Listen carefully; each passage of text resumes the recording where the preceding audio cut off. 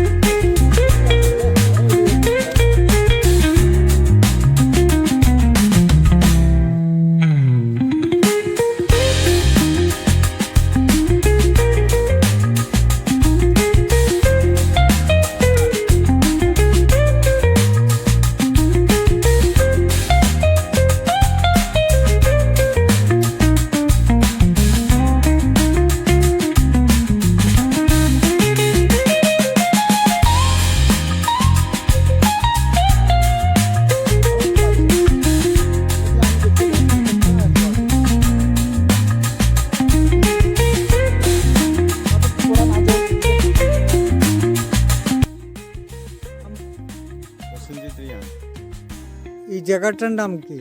এই জায়গাটার নাম জিলাপি। কয় নম্বর ওয়ার্ড এটা? এটা 1 নম্বর ওয়ার্ড। কি হয়েছে রাস্তাটা হওয়ার ফলে? রাস্তাটা হওয়ার পরে আমরা পুরা আশা করছি যে এইভাবে ভবিষ্যতে হইতো না, কিন্তু আমরা ওই যে নতুন সরকার, বিজেপি সরকার হওয়ার পরে এই রাস্তা পাইছি, তে আমরা খুব খুশি হয়েছি। আর এই যে এই রাস্তাটা আগে এই জায়গাতে সামনে অঙ্গনওয়াড়ি সেন্টার একটা আছে, আর প্রায় 10-15 পরিবার আছে। তারা খুব অসুবিধা হইতো যে মনে করো অসুস্থ হইলে হসপিটালে যাওয়ার লাগিয়া গাড়ির অসুবিধা, আর বাচ্চারা স্কুলে যাইতে সেন্টারে যাইতে খুব অসুবিধা। ওই কারণে এখন আমরা ওই রাস্তা পেয়েই আমরা খুব এখন উপকার হচ্ছে। Thank you. থেকে আমরা একটা প্রজেক্টের মাধ্যমে আমাদের ঊনকোটি মুঞ্চড়া শৈলাপি কৃষি কলোনি শিববাড়ি আপার শিববাড়িতে জলের কানেকশন দেওয়া হয়েছে। লাইন ডিপার্টমেন্ট থেকে বিশেষ করে রাবার বোর্ড থেকে 300 পরিবারকে রাবার স্কিমের মাধ্যমে রাবার বাগান দেওয়া হয়েছে এবং আমাদের পঞ্চায়েতের জব কার্ড 620 এই উন্নয়নমূলক কাজের জন্য আমি আমার ধর্মনগর আটি ব্লকের বিদ্যু মহোদয়কে এবং আমাদের চন্দ্রপুরের মিনিস্টার টিঙ্কু রায় মহোদয়কে অসংখ্য ধন্যবাদ জানাই এবং পিএম